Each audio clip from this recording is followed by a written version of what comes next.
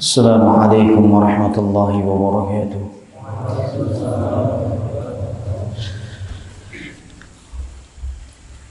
إن الحمد لله نحمده ونستعينه ونستغفره ونعوذ بالله من شرور أنفسنا وسيئات أعمالنا. من يهده الله فلا مضل له ومن يضلل فلا هادي له وأشهد أن لا إله إلا الله وحده لا شريك له وأشهد أن محمدا عبده ورسوله. يا أيها الذين آمنوا اتقوا الله حق تقاته ولا تموتن إلا وأنتم مسلمون. يا أيها الناس اتقوا ربكم الذي خلقكم من نفس واحدة وخلق منها زوجها وبث منهما رجالا كثيرا ونساء واتقوا الله الذي تساءلون به والأرحام إن الله كان عليكم رقيبا. يا أيها الذين آمنوا اتقوا الله وقولوا قولا سديدا يصلح لكم أعمالكم ويغفر لكم ذنوبكم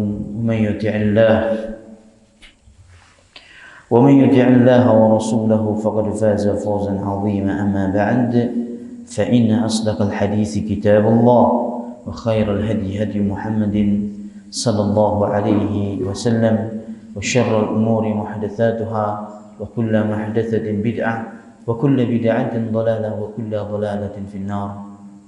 اللهم صل وسلم على نبينا محمد وعلى آله وأصحابه ومن سار على نهجه إلى يوم الدين. أحبتي في الله، إخواني، بارك الله فيكم جميعا. تبتم وطاب ممشاكم وتبوأتم من الجنة منزلا. Kita mohon kepada Allah Subhanahu wa taala yang maha agung, yang lagi maha mulia, yang penuh kasih dan sayang kepada hambanya. Di tempat yang mulia ini, di majlis ilmu yang diagungkan oleh Allah dan Rasulnya Sallallahu Alaihi Wasallam, kita memohon kepada Allah di majlis seperti ini, sebagaimana keutamaannya sudah Anda ketahui sekalian, sudah Anda ketahui semuanya. Di sini banyak malaikat. Kita mengawali majlis ini setelah kita mengikhlaskan niat kita karena Allah Azza wa Jalla. Kita hadir untuk mengangkat kebodohan pada diri kita. Setelah kita mengikhlaskan niat kita dalam menuntut ilmu, mengharap wajah Allah, kita memohon kepada Allah. Dalam kondisi seperti ini, negeri kita masih dalam kondisi pandemi.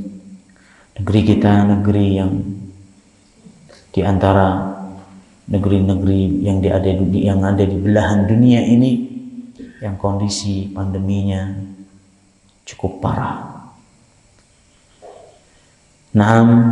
Sampai hari ini pun juga masih 3.000 sekian setiap harinya. Ini jelas adalah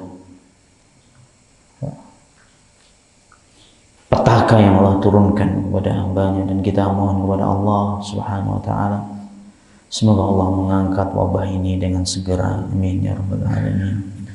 Semoga Allah Azza wa Jalla menjaga antum semuanya, menjaga keluarga kita, mudahkan segala urusan kita. Allah musta'an. Dan luar biasa petaka ini, ujian ini amat sangat berat. Tapi anak bersyukur pada Allah. Allah masih berikan umur yang panjang pada anak. Dan sempat saya juga terpapar COVID. Bahkan bukan saya sendiri, sekeluarga.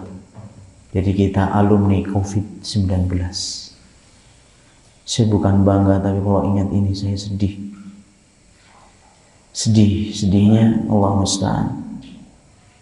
Sedihnya saya takut dengan ujian yang berat, sakit yang luar biasa, berhari-hari terkurung. Saya takut kok dosa kita itu nggak diampuni oleh Allah Subhanahu wa taala. Itu yang saya takutkan. Dalam satu waktu saya bersyukur. Sampai hari ini pun saya masih bisa bernafas, dan mungkin hampir 2 tahun kita nggak ketemu ya. Benar ya ikhwan? Masya Allah, tapi antum nggak ada perubahannya. Tapi kelihatannya tambah banyak ini jemaahnya. Ana bersyukur Allah masih berikan kesempatan pada saya untuk memperbanyak dan memperbaharui taubat.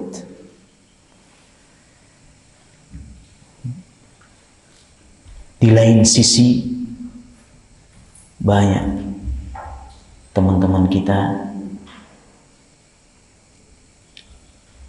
satu alumni dengan kita di antara ustadz-ustadz yang ada di Indonesia dipanggil oleh Allah Subhanahu wa Ta'ala dengan wabah ini. Sudah banyak, tidak bisa saya sebutkan satu-satu, terlalu banyak. Nah, dan Allah masih berikan saya kesempatan. Allah panggil mereka dan Allah sisakan kita. Allah panggil ustadz-ustadz ini, akhi. Mereka berjuang, mereka itu hafal Al-Quran, berdakwah ke pelosok-pelosok, ke pedalaman-pedalaman, ngislamin orang. Lihat jasanya ustadz-ustadz. Mereka belajar dari mulai SMP, mereka sudah mondok, asing dari keluarganya, terus belajar sampai ke luar negeri. Subhanallah. Jadi asing, gak pernah ketemu dengan keluarganya, sampai jadi ustadz juga begitu. Jasanya besar ustadz-ustadz kita ini. Terus Allah panggil mereka. Kok menurut anda sudah cukup itu bekal yang mereka bawa? Nyatanya Allah panggil mereka dan Allah sisakan kita. Sekarang anda tanya sama antum, jasa apa yang sudah antum berikan untuk Allah dan Rasulnya, untuk Islam? Ini luar biasa antum. Koreksi bagi kita, introspeksi. Fa musibatu qaum indal qaumi fawaidu. Musibah yang mengenai sebuah kaum yang kita aman-aman ini. Dan anak lihat di sini tidak ada yang pakai masker. Cuma anak yang pakai masker kelihatannya. Kelihatannya kate COVID sini. Bismillah.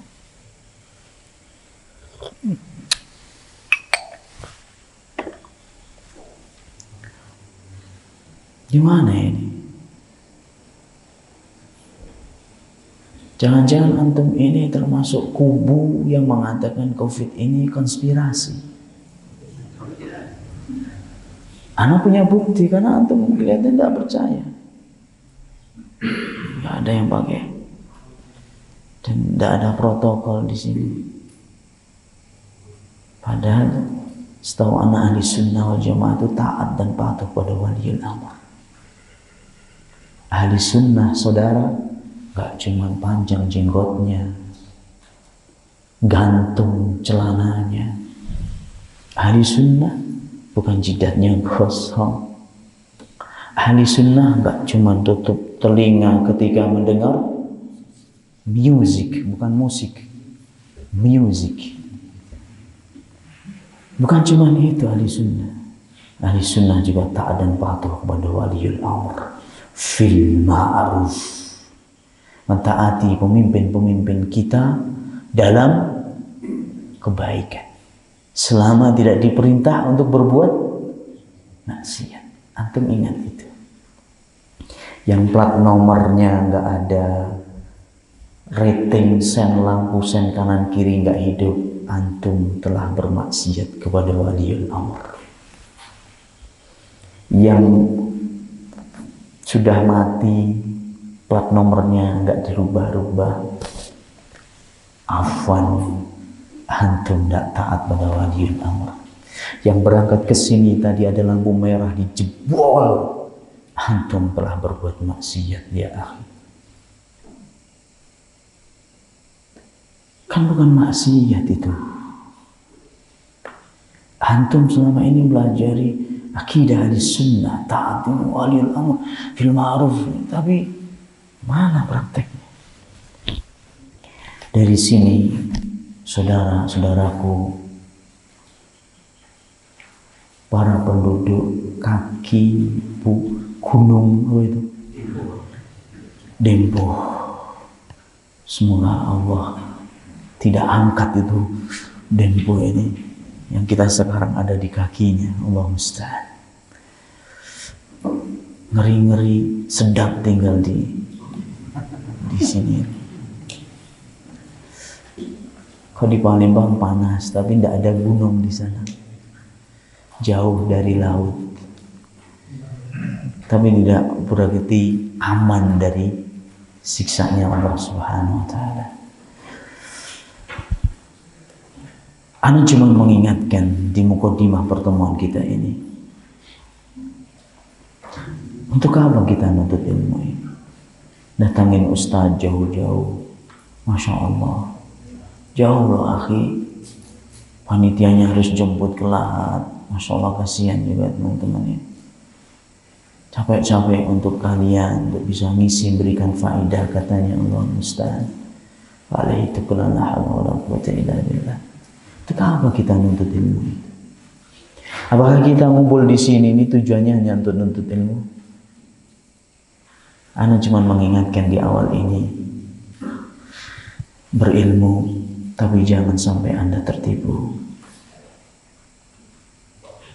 Jangan sampai kita ini berilmu, tapi tertipu oleh setan. Karena nuntut ilmu ini bukan tujuan. Kita kesini ini tujuannya itu bukan hanya nuntut ilmu. Di balik itu ada tujuan yang mulia. Kita pengen mendapatkan ilmu yang bermanfaat, yang melahirkan amal saleh. Ini yang kita inginkan.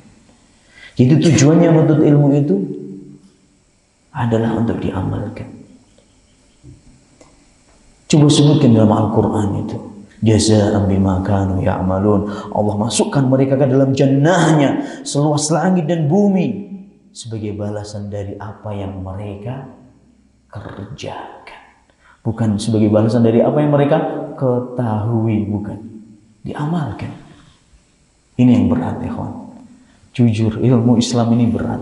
Kok cuma duduk di sini dengerin ustaz mantuk-mantuk terus lama-lama ngantuk gitu, gampang. Gampang.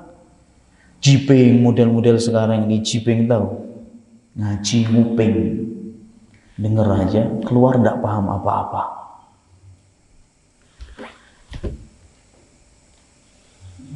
Besok kan kemarin kasih Allahu a'lam. Loh, gimana wallahu taala alam? Ini jiping model-model ngaji kuping, masuk sini keluar ma'assalamah fi amanillah. Nggak bisa belajar kayak gini. Berat ilmu ini. Ngafal aja berat. Baca kitabnya para ulama ini berat loh. Apalagi mengamalkannya. Makanya ilmu itu ada dua macam. Ilmu yang bermanfaat, ilmu yang tidak bermanfaat. Rasulullah SAW dalam doanya beliau berdoa, Allahumma inni a'udzubika min ilmin la yanfa'.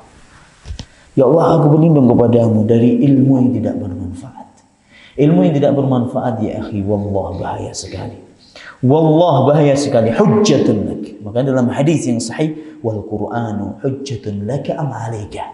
Al-Quran ini diturunkan di muka bumi sebagai hujjah bagimu, yang membelamu nanti di hadapan Allah mati-matian untuk dimasukkan jannahnya, dikeluarkan dari siksa neraka.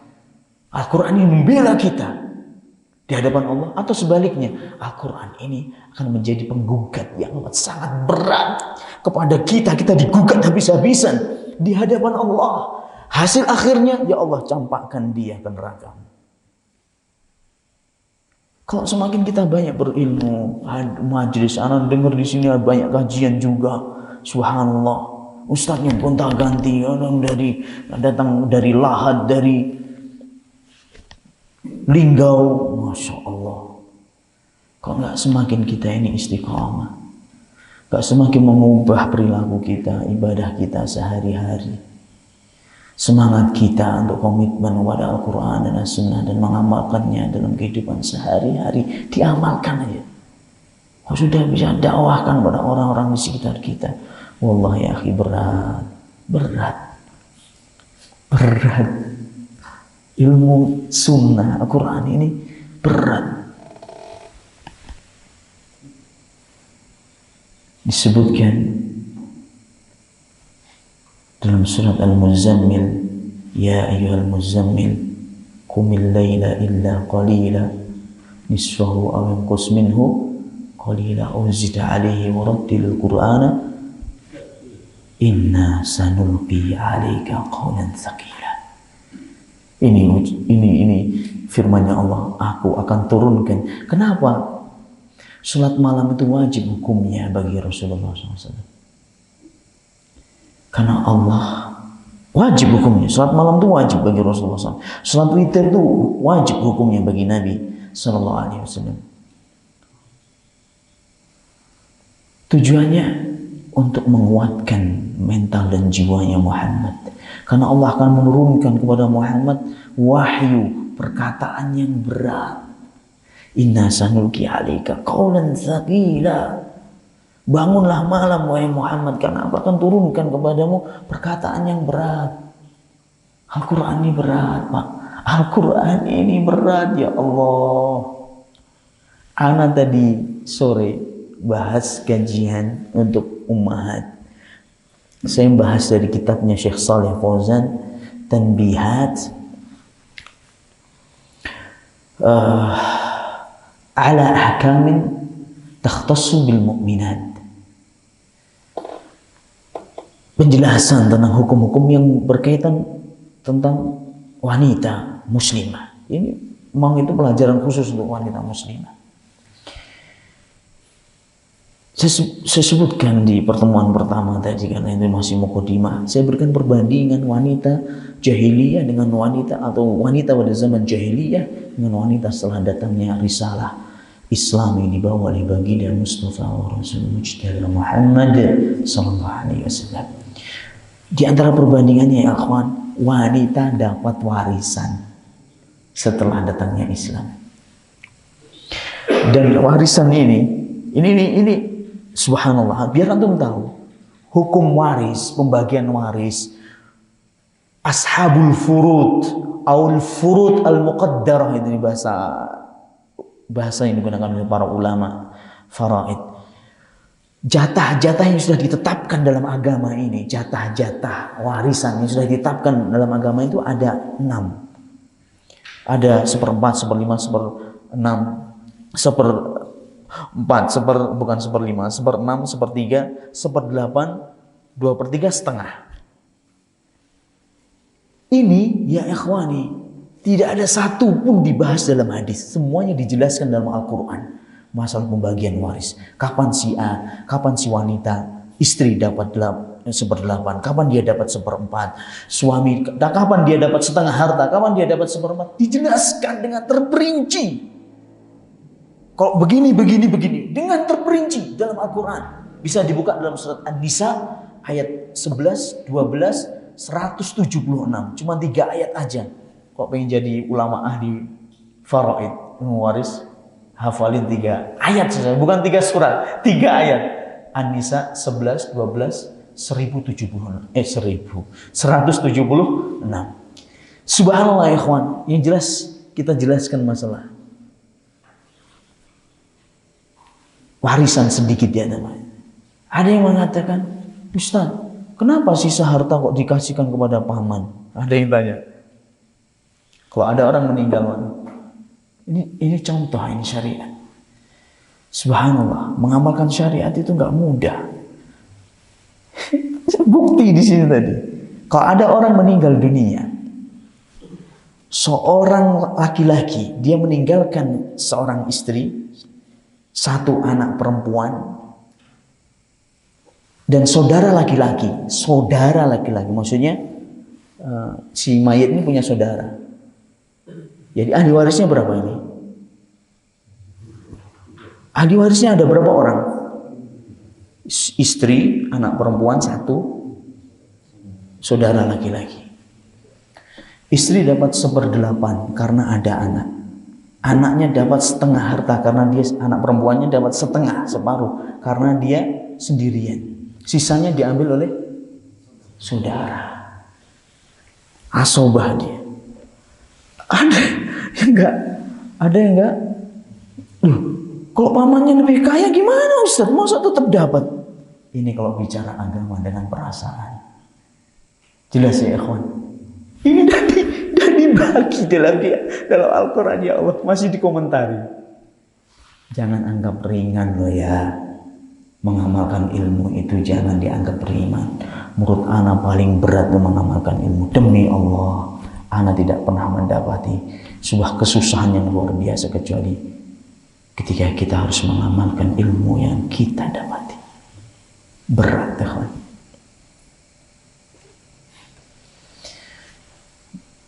Contoh yang lain, bercampur aduk laki-laki perempuan hukumnya apa? Boleh? Kelihatannya ragu-ragu gitu kelihatannya. Boleh ya? Tidak boleh. Ya, tidak boleh kan?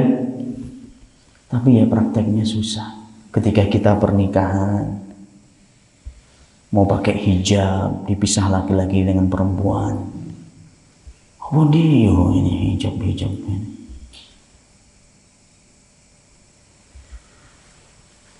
Calon mertuanya nggak setuju, bapak ibunya si laki-laki juga nggak setuju karena selama ini dia ngaji untuk dirinya sendiri, nggak pernah disampaikan kepada orang tuanya.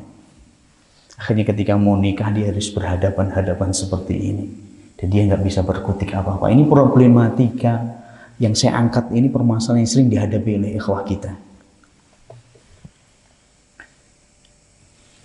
Akhirnya, aduh aku udah terlanjur jatuh cinta.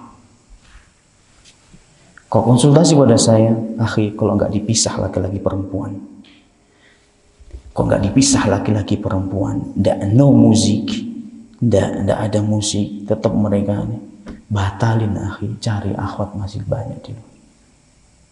Itu kok konsultasi sama saya. Dan berapa kali saya praktekkan, masya Allah, jitu memang gerakan saya ini. Akhirnya mertuanya, calon mertuanya ngalah. Ya udah, kok gitu disekat aja. Masya Allah, daripada dia menanggung malu, udah nyebar undangan. Tapi ada ehwah-ehwah yang mental kerupuk Palembang. Kerupuk Palembang kok kena air melempem, tapi kok dijemur bisa nanti bisa jadi empek-empek lagi. Enak masih dimakan. Lihat ini. Kok dia dah kayak gini nih. Allah musta'an. Akhirnya apa? Bisikin sama si akhwatnya. Sabar ya dek, cuman 2 jam aja lah. Ini sudah kepentok dia. Kepepet sudah omongannya. Sabar aja lah, gak apa-apa campur aduk dan musiknya. Cuman 2 jam aja. Jelas ya akhwat? Dijejer, ditonton oleh para penonton, masya Allah. Ada organ tunggalnya, sabar ya dek, 2 jam aja insya Allah selesai. Gak cuman itu, kalau anda mengatakan seperti ini, berarti anda sudah ridha dengan diawali mahligai keluarga anda dengan sebuah kemaksiatan. Dan lebih menyakitkan lagi, anda berbuat maksiat dengan anda tahu kok itu hukumnya haram. Beda kalau tukang becak nggak tahu paham apa-apa, yang penting udah urgen tunggal, nggak tahu dia hukumnya apa. Paham ya ikhwan? Akhirnya nikah bener dilanjutkan, 3 bulan 4 bulan cerai. Apa sebabnya? Karena dosa. Diawali dari dosa. Berat banget. Belajar ini berat loh. Jangan kalian antum semangat ngumpul banyak, ini ada Ustadz Umar dari Palembang. Berat akhi ilmu ini. Wallah sakil. Kok cuman menyampaikan Ustadz ini enak nyampein. Tapi ngamalkannya subhanallah. Dan kita akan bahas malam ini hadis dari Arba'in Nawawiyah. Dan saya ambil dari kitab yang paling bagus dari syarah Arba'in Nawawiyah. Tahu syarah ya, penjelasannya. Jadi yang mensyarah Arba'in Nawawi ini banyak. Imam Nawawi rahimahullah. Ini ulama yang terkenal. Insyaallah antum semuanya dah tahu. Dan dalam kitab ini memang ketepatan tidak dibahas Imam Nawawinya, yang dibahas adalah pensyarahnya. Imam Nawawi, ulama yang pada abad 6 Hijriyah atau 7 Hijriyah rahimahullah ta'ala. Beliau berasal dari Damaskus dan karangannya diberkahi oleh Allah Subhanahu wa ta'ala. Rata kitab-kitab beliau itu kitab-kitab yang subhanallah nala qabulan, diterima oleh manusia. Sebutkan aja karang-karang Imam Nawawi. Riyadhus Shalihin, hampir-hampir masjid. Insya Allah di sini ada Riyadhus Shalihin. Insya Allah di sini. Hampir-hampir masjid kaum muslimin ini. Hampir, anak kok di Palembang. Hampir-hampir saya tidak menemui masjid yang tidak ada kitab Riyadhus Shalihinnya di Palembang. Hampir-hampir saya mesti ketemu dengan Riyadhus Shalihin. Nah, qabul, diterima. Luar biasa. Yang terkenal juga Arba'un Nawawiyah, 40 hadis yang membahas tentang sendi-sendi Islam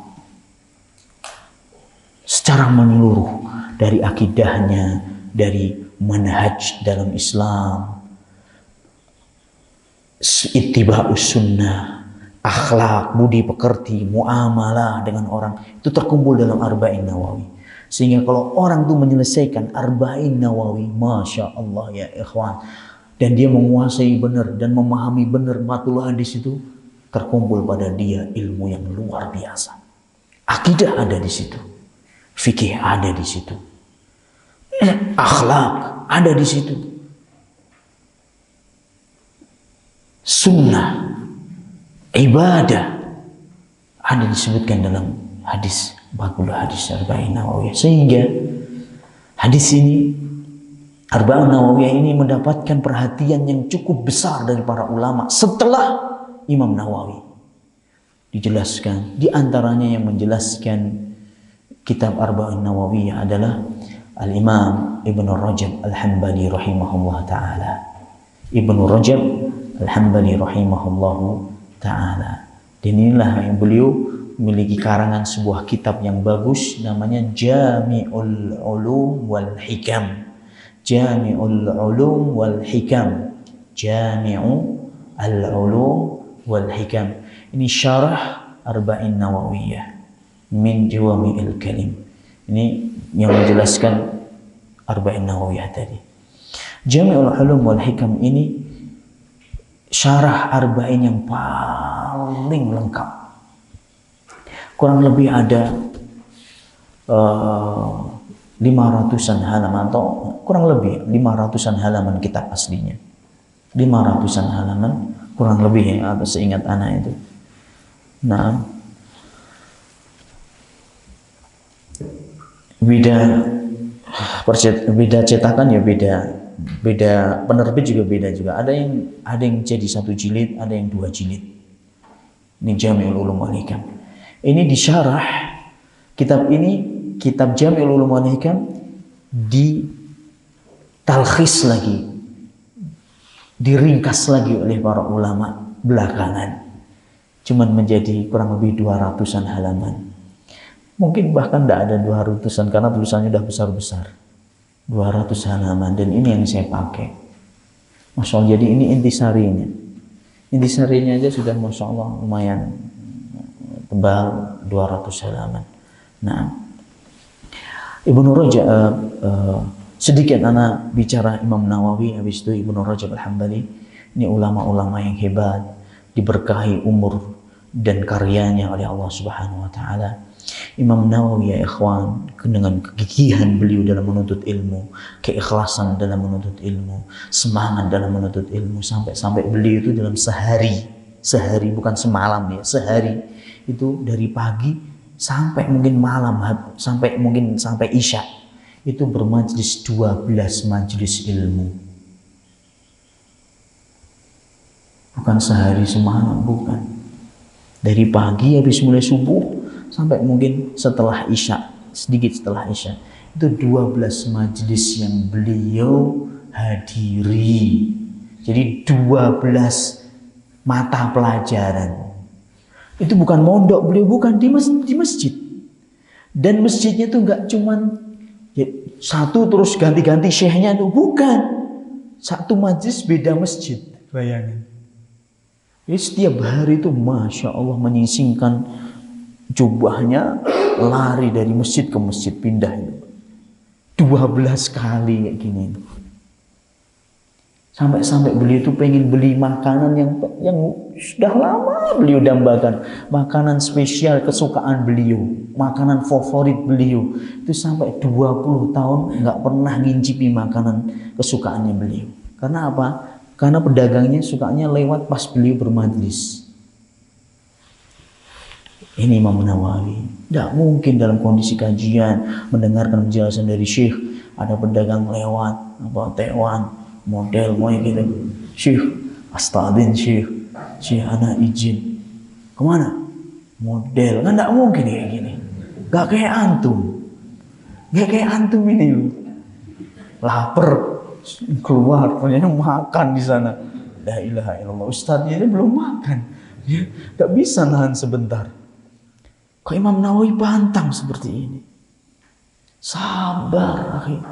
Ya Allah, sampai beliau pernah itu makan tuh sambil lari. Sampai nggak sempatnya makan tuh makan sambil lari. Dan itu yang pernah saya ingat, wallahu taala alam. Dan makan sambil berjalan boleh, tidak ada masalah. Yang ada larangan minum sambil berdiri. Nah, meskipun ada perselisihan para ulama apakah larangannya haram atau makruh gitu, yang jelas lebih afdolnya duduk, minum sambil duduk. Makanya beliau diberkahi ilmunya. Jadi beliau semuanya menguasai tafsir, hadis, ilal hadis, rijal, tentang sanad-sanad, rawi-rawi hadis, nahwu, sorof, balaghah, ilmu-ilmu balaghah, ilmu-ilmu yang sudah berat, ilmu-ilmu subhanallah, balaghah, ma'ani, badi'ul bayan, itu ilmu-ilmu bahasa, itu sudah bahasa Arab. Itu hanya orang-orang khusus di antara ustadz-ustadz aja, hanya beberapa ustadz yang benar-benar fak dalam masalah balaghah. Nah, karena ini ilmu yang sudah berat. Usul fikih, qawaidul fikih, ada 12 majelis, bayangin ikhwan. Antum kajian sebulan 2 kali, katanya ana cuman merawikan ya. Saya cuman rawi. Saya kan dengar tadi di mobil. Kok kajian yang hadir berapa orang? Kalau ustadz sinilah, ustadz cuma yang hadir cuma 5 orang. Masya Allah. Saya jadi ingat perkataannya Ustadz Badrus Salam. Siapa Ustadz Badrus Salam? Roja, ya kan? Jakarta, Culinsi. Kajian kita ini kayak konser katanya. Kalau yang datang dari luar banyak, tapi kalau ustadznya sendiri nggak pernah dihadiri. Ini yang ngomong bukan anak Ustadz Badrus Salam. Allah Ustaz, sudah jarang hadir, sebulan sekali, 2 kali. Di majelis ngantuk pisan. Ya salam.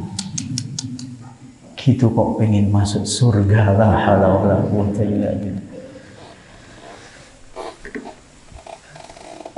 Sudah nuntut ilmu ini berat, ikhlas lebih berat, apalagi sampai mengamalkannya.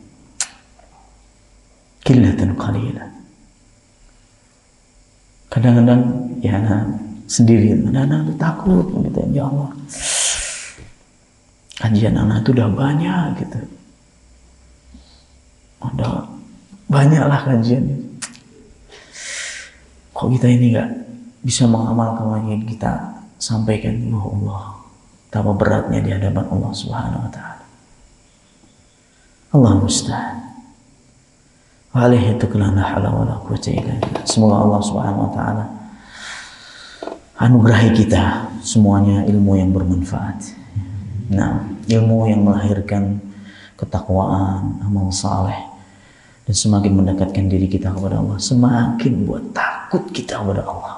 Bukan tambah semakin berani kepada Allah Subhanahu wa taala. Taib. Ada Ibnu Rajab, Imam Ibnu Rajab ini aneh ini, masya Allah, karangannya luar biasa ya kawan. Dan bahasanya itu ya Allah, anak baca kitabnya beliau aslinya itu masya Allah, sastrawan beliau itu. Kok ngomong bahasanya tinggi sekali, sampai susah kita memahaminya kalimat-kalimat beliau Ibnu Rajab ini. Makanya ada di sini diringkas oleh para ulama.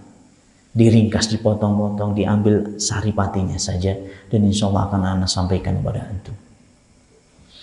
Nah, untuk itu bersungguh-sungguhlah dalam menuntut ilmu, dan ilmu itu tidak mesti harus banyak. Sedikit dapat satu faedah, dua faedah, amalkan. Nah, satu faedah, dua faedah, amalkan, amalkan. Insya Allah lama-lama akan banyak, dan Allah akan berkahi ilmu kita. Hadis yang pertama, hadis yang insya Allah masyhur, yang terkenal, dan saya yakin juga banyak di antara antum yang sudah hafal hadis ini. Ini dari Arba'in Nawawi, qala Imam Nawawi rahimahullahu taala, an Umar radhiyallahu taala anhu qala, sami'tu Rasulullah sallallahu alaihi wasallam yaqul, innamal a'malu binniyat wa innama likulli imri'in ma nawa. فمن كانت هجرته إلى الله ورسوله فهجرته إلى الله ورسوله فمن كانت هجرته للدنيا يصيبها أو امرأة ينكحها فهجرته إلى ما هاجر إليه. Hadis yang pertama dari Umar bin Khattab radhiyallahu taala anhu. Antum tahu Umar bin Khattab radhiyallahu taala anhu Amirul Mukminin, khalifatu khulafa min khulafa ar-rasyidin. Al-Thani, beliau adalah Khulafa ar-Rasyidin yang kedua radhiyallahu ta'ala anhu. Beliau yang meriwayatkan hadis ini. Beliau mengatakan, aku pernah mendengar Rasulullah sallallahu alaihi wasallam bersabda, sesungguhnya amalan itu tergantung dari niat. Dan seseorang itu dan setiap orang akan mendapatkan pahala atau catatan dosa tergantung dari apa yang dia niatkan. Barang siapa yang hijrahnya dari Mekah ke Madinah, hijrahnya untuk Allah Subhanahu wa taala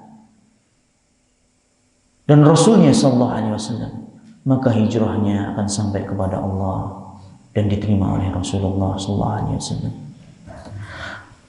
Dan barang siapa yang hijrah dari kota Mekah ke Madinah untuk mendapatkan dunia atau untuk menikahi seorang wanita, bukan janda ini, wanita, untuk menikahi seorang wanita, maka dia akan mendapatkan apa yang dia niatkan. Fa hijratuhu ila ma hajara ilaihi, maka hijrahnya yang dia dapatkan dari hijrahnya sesuai dengan apa yang dia niatkan dari hijrah tersebut. Untuk wanita, yaitu yang dia dapatkan. Untuk mendapatkan dunia, yaitu yang dia dapatkan dari hijrahnya. Tapi dari Allah tidak mendapatkan apa-apa, bahkan mendapatkan dosa, catatan dosa di sisi Allah, karena dia telah syirik dalam masalah niat. Na'udzubillah min dzalik. Rawahul Bukhari wa Muslim. Hadis ini diriwayatkan oleh Bukhari, Muslim. Para ulama sepakat ya ikhwan, bahwasanya hadis ini ittafaqul ulama ala sihhatihi wa talaqqihi bil qabul. Para ulama sepakat akan kesahihan hadis ini dan menerimanya.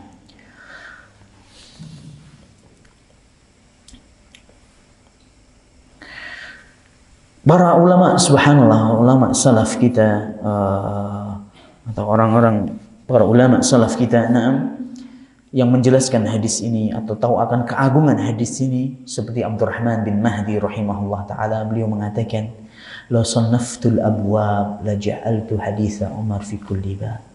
Saking agungnya hadis ini, kan hadis ini senantiasa mengingatkan kita agar supaya ikhlas dalam beribadah. Abdurrahman ibn Mahdi rahimahullah ta'ala, seorang ulama terkenal pada zamannya, beliau mengatakan, kok seandainya aku menulis sebuah kitab, akan aku jadikan hadis ini, akan aku taruh di setiap bab. Kitab kan ada bab-babnya kan ya. Dan setiap bab itu akan saya taruh pertama kali hadis ini. Bab kedua nanti saya awali dengan hadis ini lagi. Bab ketiga juga begitu. Ini keinginannya Abdurrahman bin Mahdi karena melihat akan pentingnya masalah niat. Nah,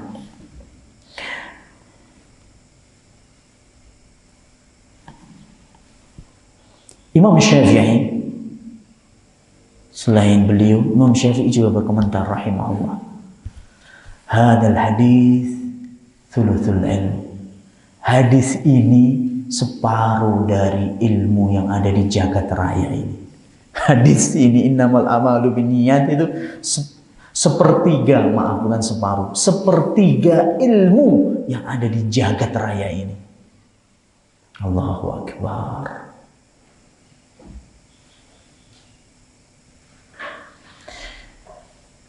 Ternyata bukan cuma Imam Syafi'i saja. Imam Ahmad juga begitu. Usulul Islam ala thalathatin. Dasar Islam ini ada 3 dan terdapat dalam 3 hadis. Dasar agama ini terdapat pada 3 hadis, kata Imam Ahmad. Kalau Imam Syafi'i tadi mengatakan hadis Umar ini sepertiga ilmu yang ada di jagat raya ini. Sama juga Imam Ahmad juga seperti itu. Apa saja yang sepertiga, berarti masih ada sepertiga lagi, ada 2/3 lagi. Nah, innamal a'malu binniyat, ini sepertiga yang pertama. Sepertiga yang kedua, man ahdatsa fi amrina hadza ma laysa minhu fahuwa rad. Barang siapa yang mengada-ada dalam urusan kami, kata Rasulullah SAW, agama ini yang tidak ada contoh dari kami, maka akan tertolak, bid'ah.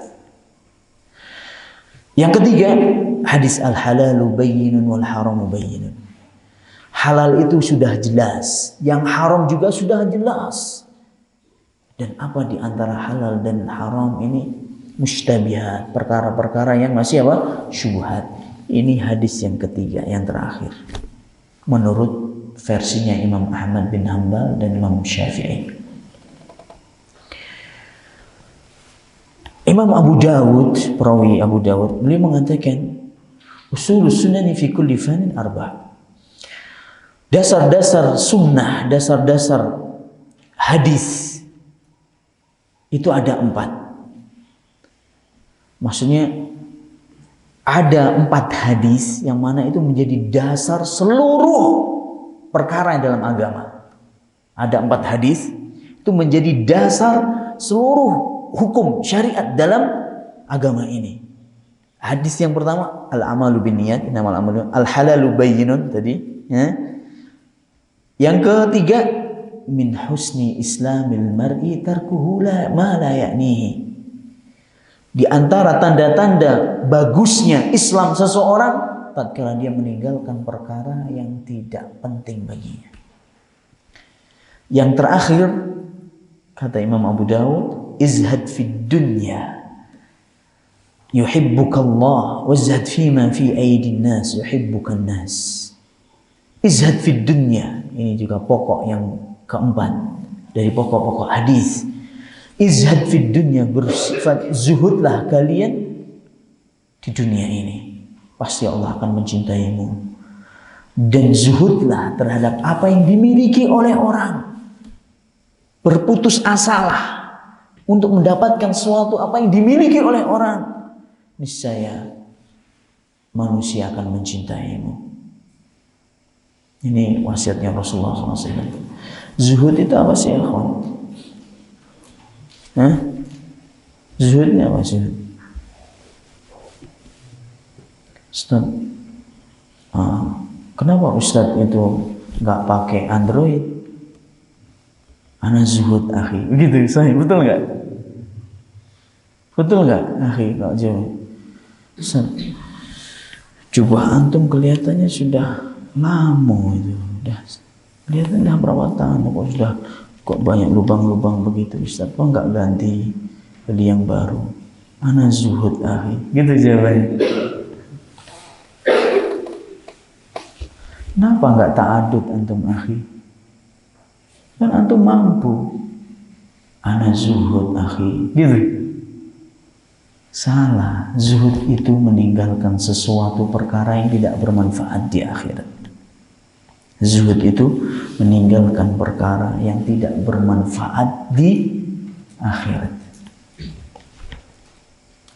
Perkara-perkara yang tidak bermanfaat di akhirat kita tinggalkan. Itu termasuk zuhud.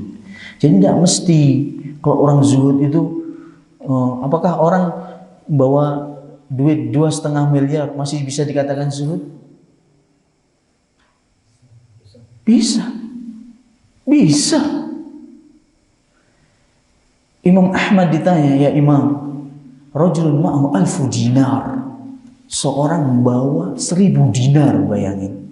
Dinar. Bukan dirham lah ya, dinar. Ini miliaran ini. Kok dirupiahkan miliaran. Oh, ya Imam Ahmad ditanya, ada seorang dia punya duit, punya harta 1000 dinar. Orang seperti ini masih bisa dikatakan orang yang zuhud enggak?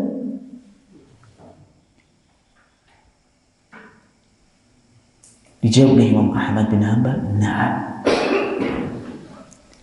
Ya, bisyarat, tapi dengan syarat. Alla yafraha idza zad wa alla yahzana idza naqas.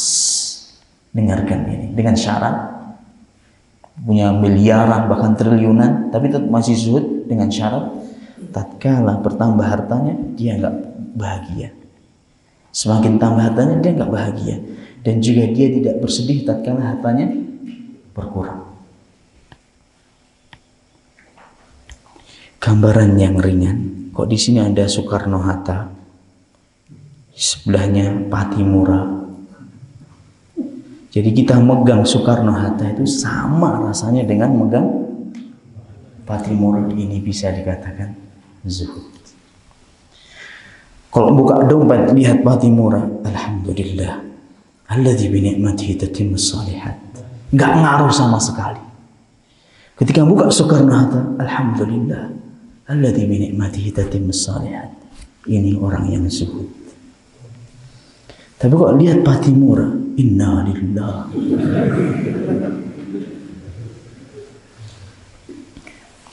Ketika lihat Soekarno-Hatta rapi berbaris di dompet kita, ini baru merdeka. Ini berarti bukan orang zuhud. Dan sekali lagi praktek ilmu ini susah, jujur aja. Kita ini lihat di ATM duit tinggal, ya Allah, lesu gitu. Tanggal muda terisi lagi, walhamdulillah, subhanallah, 60 watt tuh manunya wajahnya itu, berseri-serinya itu. Tapi kalau sudah di hari tua, ada hari muda, hari tua gitu ya, tanggal muda, berarti kita masih perlu belajar untuk apa? Zuhud. Subhanallah, ajib ya akhwan. Baik. Al-a'mal innamal a'malu binniyat. Sesungguhnya amalan itu bisa dikatakan amalan yang saleh yang diterima atau amalan yang rusak. Sesungguhnya amalan itu bisa diterima atau ditolak oleh Allah Subhanahu wa taala. Sesungguhnya amalan itu bisa mendapatkan pahala atau dicatat di sisi Allah dengan catatan dosa, tergantung dari apa? Niatnya. Antum datang ke sini, ana pengen absen lah, nanti nggak enak ditanya Ustadz Umar, kok nggak hadir antum? Udah, ana hadir. Nanti dicari-cari sama Ustadz. Na'udzubillahi min dzalik. Wallahi ini kita sudah berbuat syirik dalam niat. Ana nggak lemak kalau nggak hadir. Ustadz sukanya ngabsen. Memang jujur aja, ana kalau memang nggak hadir, kenapa antum kemarin nggak hadir? Ustadz, alasannya macam-macam. Bener ana absen. Absennya juga, tapi ketemu apa, kadang WA gitu kan, Kenapa nggak hadir? Bisa jadi dia sakit, kita doakan, kita kunjungi. Kecuali kalau dalam kondisi pandemi ini, ya mungkin agak direm lah mengunjung ini, karena ya tahu sendiri. Nah, Allah musta'an. Itu seperti itu. Makanya niat ini berat. Sholat di sop depan, dikhusuk-khusukin, Allah, hadap kiblat pokoknya. Ternyata ada calon mertuanya di situ.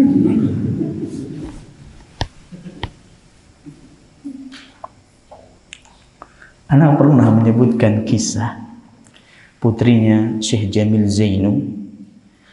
Syekh Jamil Zainu ketika beliau menjodohkan putrinya, sudah meninggal Syekh Jamil Zainu rahimahullah, seorang ulama hadis di kota Mekah rahimahullah.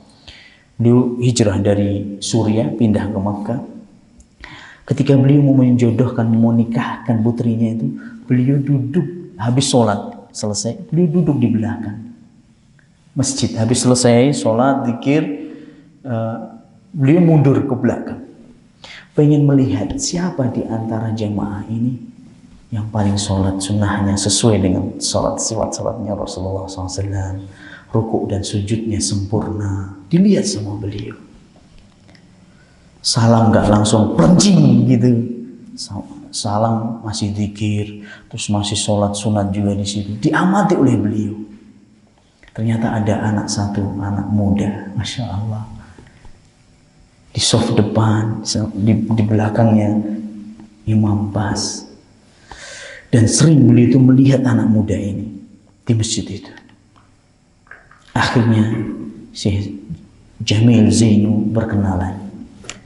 Tanya sekolahnya di mana, kuliahnya di mana, sudah kegiatannya apa, belajarnya sama siapa, nanti duduk dengan siapa. Tapi pertama kali beliau terkesan dengan sholatnya itu.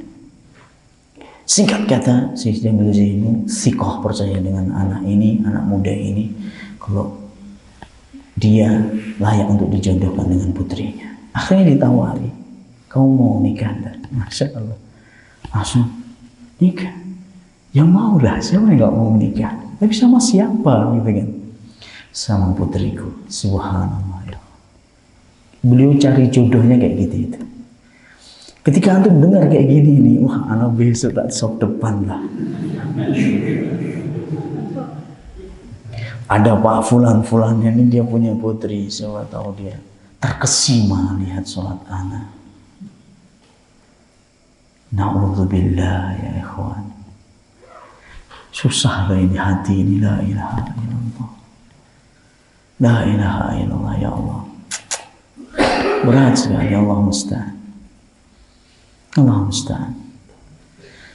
Ya, nanti kita akan sebutkan juga di sini para ulama salaf kita kerepotan ngurusin niat ini.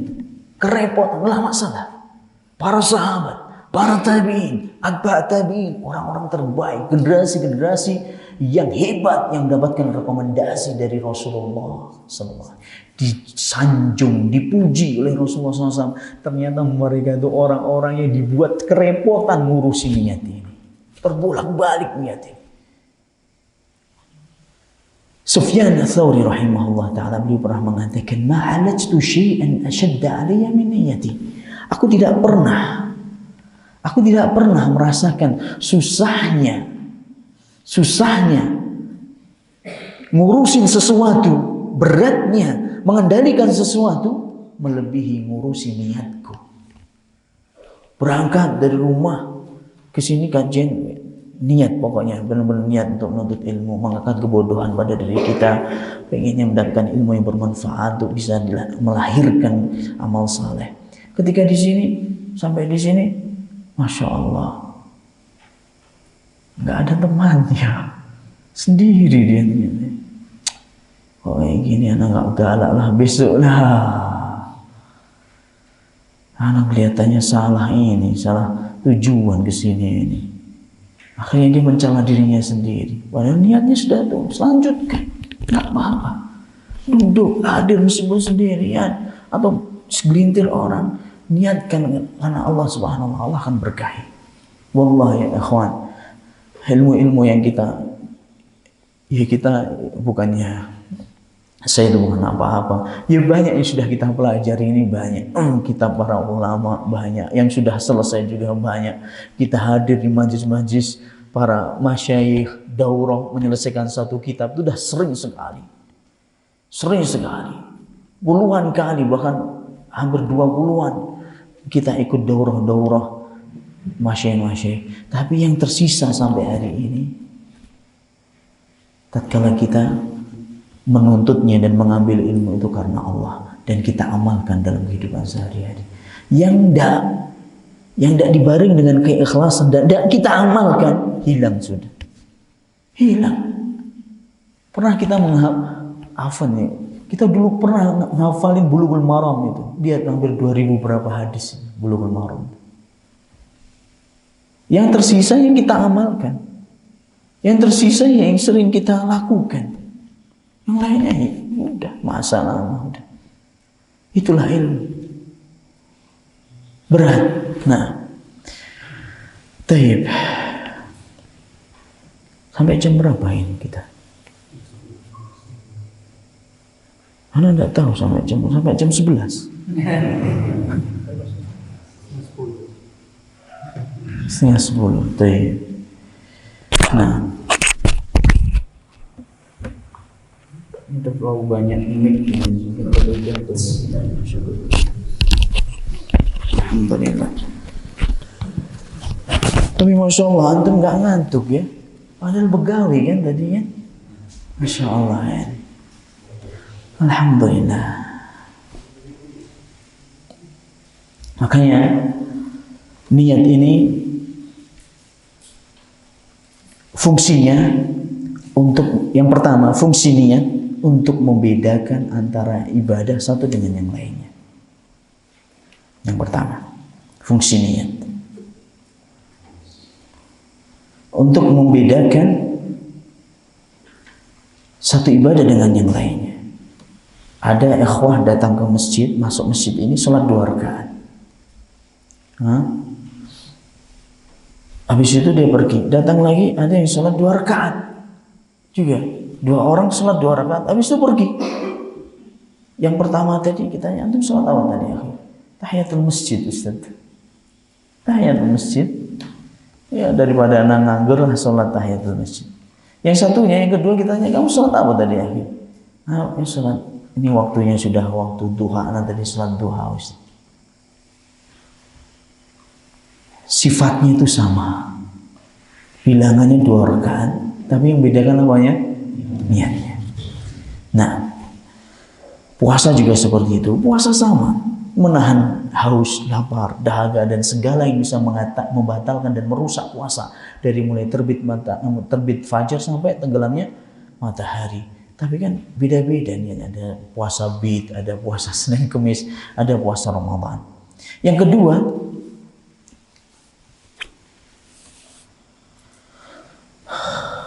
untuk mengetahui tujuan dari ibadah tersebut, dari amal tersebut. Untuk membedakan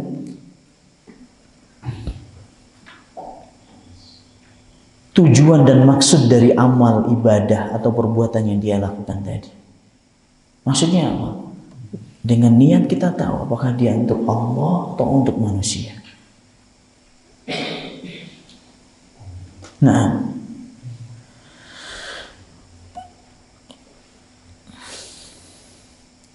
dalam hadis Rasulullah SAW bersabda, innaka lan tunfiqu nafaqatan tabtaghi biha wajha Allah illa usibta 'alaiha hatta luqmata taj'alaha fi imra'atik. Ini pentingnya niat lah ikhwan, Masya Allah. Dan kita sering lupa dengan anak. Alhamdulillah baca hadis ini jadi ingat lagi.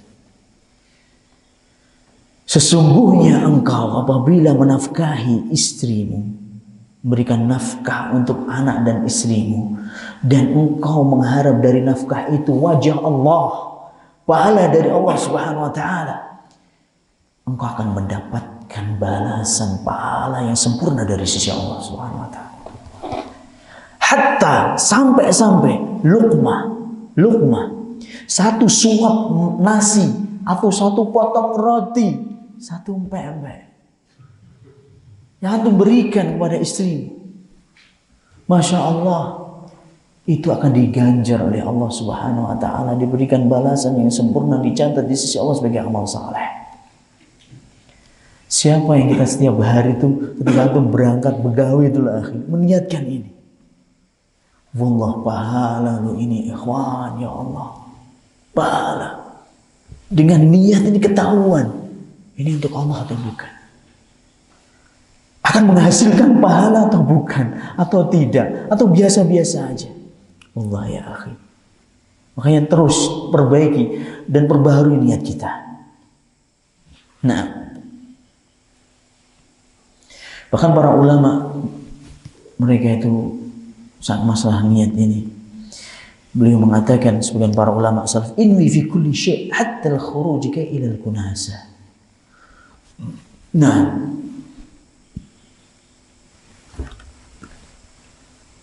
niatkan dalam segala sesuatu karena Allah. Niatkan dalam segala sesuatu karena Allah. Sampai ketika engkau mau buang sampah itu di tempat sampah, mau buang sampah atau keluar, kalau anak biasanya ya ada sampah di rumah harus dikumpulin terus dibuang ke tempat apa, di sini mungkin juga kayak gitu, tempat pengumpulan TPA terakhir. Sampai ketika kita mau keluar itu, niatkan karena Allah, karena menjaga kebersihan biar tidak mengganggu orang. Niatkan karena Allah Subhanahu wa Ta'ala, ini jadi pahala, jadi ibadah. Subhanallah, para ulama salaf seperti Abdullah bin Mubarak, seorang tabi'in yang mulia, atau atba' tabi'in rahimahullah ta'ala, beliau mengatakan, rubba amalin saghirin tu'azzimuhu niyyah wa rubba amalin kabirin tusaghiruhu niyyah. Berapa banyak amalan yang besar, gede, ngeluarin duit berjuta-juta, tapi tidak ada nilainya di sisi Allah hanya gara-gara niat. Tidak ada nilainya di sisi Allah gara-gara niat yang salah.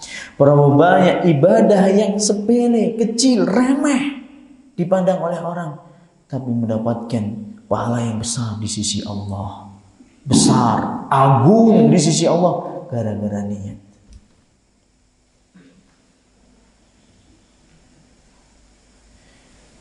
Orang bersedekah, ngasih orang duit pada orang pengemis semuanya. Soekarno-Hatta, tahu kan Soekarno-Hatta? Yang merah jambu itulah ya.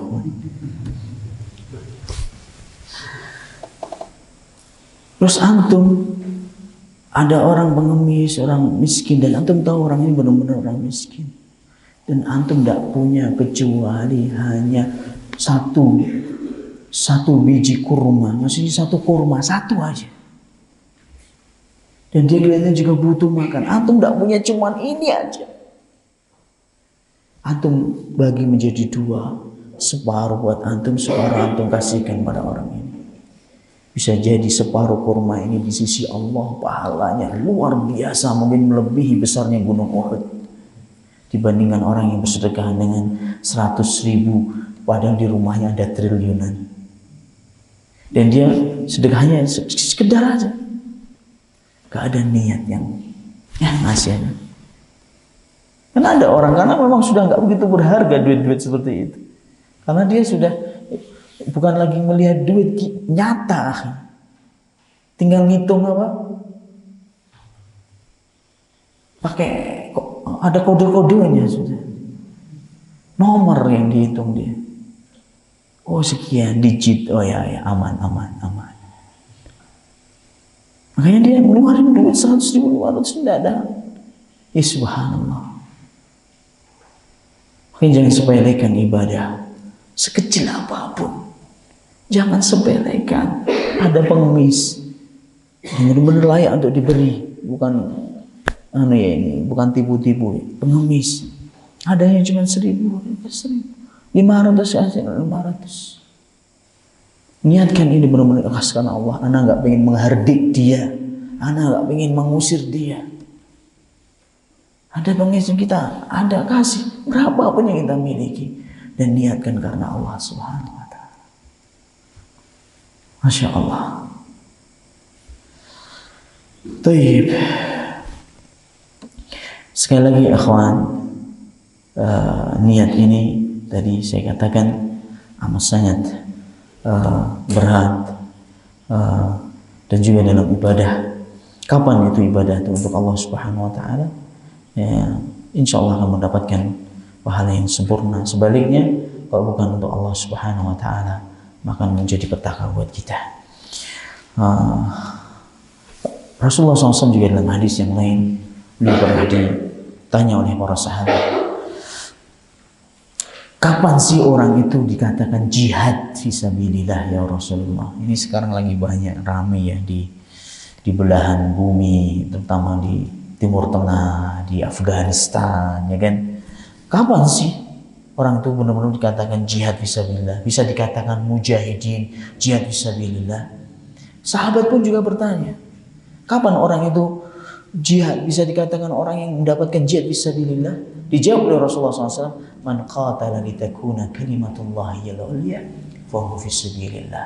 Barang siapa yang dia berperang untuk menegakkan kalimatullah, nah, fahuwa fisabilillah, maka dia di jalan Allah Subhanahu wa Ta'ala.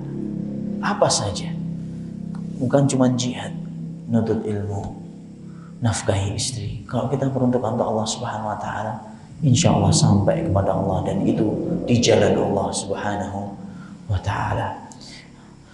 Ada hadis-hadis yang berbau ancaman juga akan bahayanya kalau kita ini rusak niatnya. Antum pernah dengar 3 orang yang akan masukkan neraka pertama kali? Siapa? Orang qari, orang yang menghafal Al-Quran, ahli dalam Al-Quran, dan mengajari orang Al-Quran. Dia sudah hafal, Masya Allah, bacanya bagus, hebat, dan mengajarkan Al-Quran kepada manusia. Yang kedua, mujahid, jihad, mujahid, mati syahid, sampai mati syahid. Luar biasa, berat ini, sampai mati syahid dia. Ternyata hasil akhirnya neraka. Yang ketiga, jawad, orang yang suka bersedekah. Masya Allah, sedekahnya luar biasa ya ikhwan. Ini masjid, apa sekarang namanya? Tawabun ya? At-Tawabun. Masjid Tawabun butuh apa? Oh, ini lantai atas belum jadi, butuh dana berapa? Sekian, saya transfer hari ini juga. Masya Allah, minta rekeningnya. Luar biasa sedekahnya kawan. Tapi semuanya ini salah niatnya. Disebutkan dalam hadis faqad qil, disebutkan dalam hadisnya, hadis qudsi. Allah membantah mereka nanti di hari kiamat, mendebat mereka. Bohong, dusta kamu. Kalau itu karena Allah, kalau itu karena aku, kalau itu karena keikhlasan hanya mengharap wajah Allah, dusta kamu. Kamu lakukan itu hanya untuk mendapatkan pujian dari manusia. Dan itu sudah engkau dapatkan, kata Allah Subhanahu wa Ta'ala. Akhirnya Allah memerintahkan untuk diseret dan dicampakkan ke api neraka Jahannam. Na'udzubillah min dzalik. Pertama kali ini 3 orang ini. Abu Hurairah yang meriwayatkan hadis ini, hadisnya sahih ya man. Abu Hurairah yang meriwayatkan hadis ini, setiap mau meriwayatkan, aku pernah mendengar Rasulullah SAW bersabda, pingsan beliau. Ketika siuman, beliau ngomong lagi, sami'tu Rasulullah SAW yaqul, pingsan lagi. Sampai 3 kali itu pingsan, saking takutnya, beratnya meriwayatkan hadis ini. Allah musta'an. Alaihi tuklan la hawla wa la quwwata illa billah. Dan juga dalam hadis yang sahih, ancaman-ancaman bagi orang-orang yang tidak ikhlas. Man ta'allama ilman, ini khusus orang yang menuntut ilmu. Kita semuanya ini. Dalam hadis yang sahih yang diriwayatkan oleh Abu Dawud, Najah, dan yang lainnya, Imam Ahmad Dari jalan Abu Hurairah radhiyallahu taala anhu, beliau mengatakan Rasulullah SAW bersabda, "Man ta'allama 'ilman mimma yubtagha bihi wajhullah la yata'allamuhu illa liyusiba bihi 'aradan min ad-dunya lam yarih raihatal jannah." Barang siapa yang melajari ilmu yang seharusnya dia niatkan ikhlas karena Allah Subhanahu wa taala, tapi dia mempelajari ilmu agama hanya untuk mendapatkan bagian dari dunia, astagfirullahaladzim, maka dia tidak akan menjumpai bau surga di hari kiamat kelak.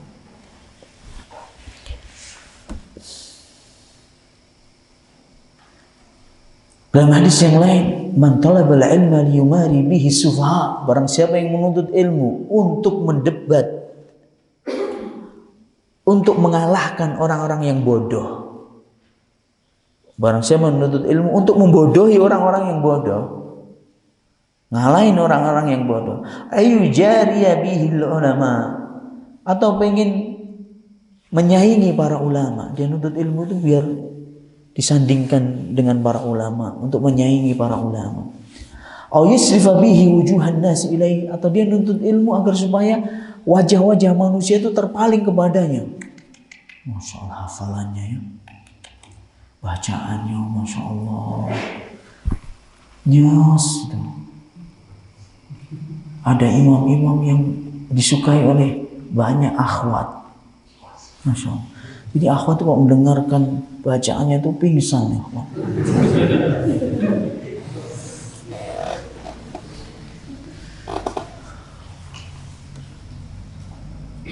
Kalau mau sholat dia dulu ke saf atas, kok penuh, langsung dia berusaha untuk yuhabbiru tahbira, bacaannya semakin dimerdukan gitu. Na'udzubillah min dzalik, agar supaya orang itu salut dengan dia. Ustadz fulan, Masya Allah. Pokoknya dakwah ini ikhwan, dakwah di pagar alam itu enak ya. Masuk masjid sudah karpet merah terpasang, Masya Allah. Coba antum kalau dakwah di tempat masjid umum ini, ayo, siapa yang berani?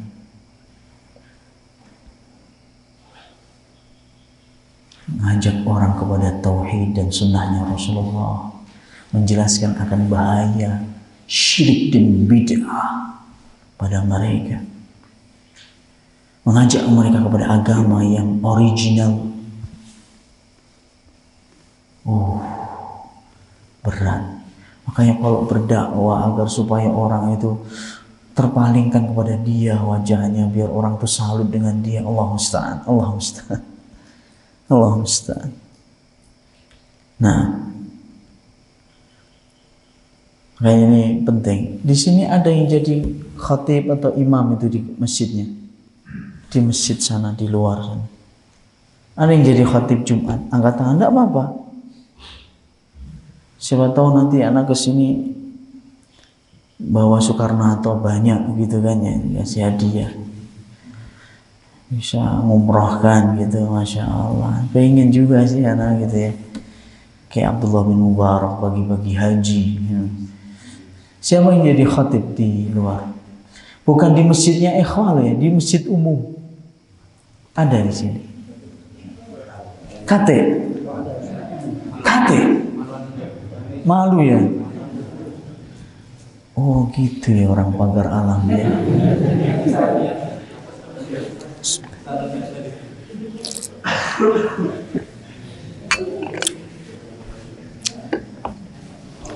Bener ada yang punya masjid umum, bukan masjidnya ikhwah. Coba habis salam langsung zikir sendiri, nggak dikeraskan, ya kan? Wah, siap-siap ini, siap-siap dikeluarin.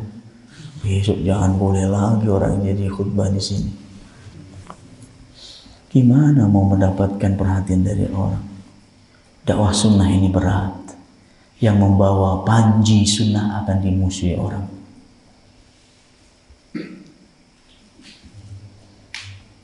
Itu Habib itu nggak pernah mau zikir, doain kita. Saya kok di rumah itu dipanggil Habib, tapi begitu julukannya. Kok sholat gak pernah mau doain kita katanya. Masya Allah. Karena gak zikir bareng. Alhamdulillah anak di komplek anak, Masya Allah, masih dipersilahkan untuk jadi imam, jadi khotib. Alhamdulillah. Kok gak dipersilahkan, anak akan daftar jadi khotib. Pak, kapan saya dijadwal, Pak? Saya tidak butuh amplop, Pak. Beri saya kesempatan.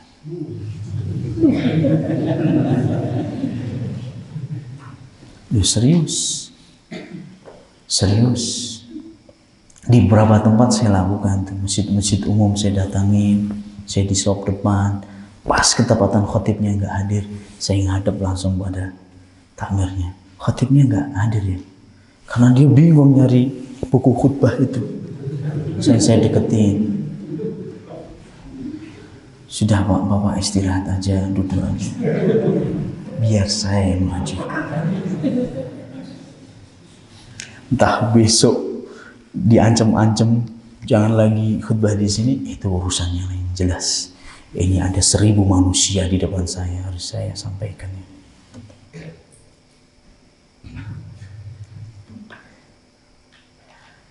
Nggak dijadwal, datangi lagi.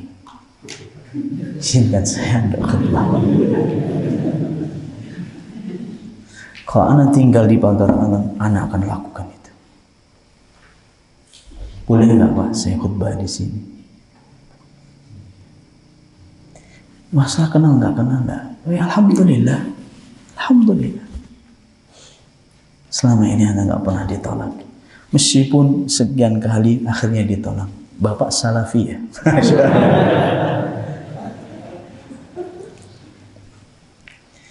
Akhirnya saya dicerai, ditalak baik, nggak apa-apa. Memang dakwahin sunnah ini berat. Mau cari apa? Gitu. Yang enak ya ngumpul sama ikhwah kayak gini nih enak. Udah di sana, masya Allah. Di luar sana, makanya anak di Palembang membatasi banget untuk khutbah di masjidnya ikhwah. Dan anak amat sangat semangat untuk cari masjid-masjidnya orang Allah. Untuk diajarkan sunnah. Seperti ini loh sunnahnya Rasulullah SAW dalam zikir. Meskipun nantinya dibenci, tidak ada masalah.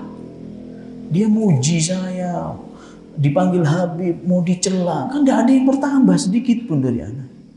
Dibenci, dicela, alhamdulillah. Dan luar biasa ikhwan, kita hidup di kalangan masyarakat yang masih menghormati ustaz. Meskipun orang awam. Ini hebatnya Sumatera ini. Masih dihormati kita. Masih dihormati. Dan celaannya itu aduh Masya Allah, gak berarti apa-apa. Cuman Habib ini gak galak, dikit-dikit bareng. Cuman gitu aja. Coba kok dijawab. Diputus lampu-lampu kita ini, masjid. Dilemparin batu, genting nih. Ini kabel ini, mic putus ya. Telinganya kebakaran kalau dengar kajian. Di sini tidak ada kayak gitu. Masih dipersilahkan dengan kita. Makanya harus sabar.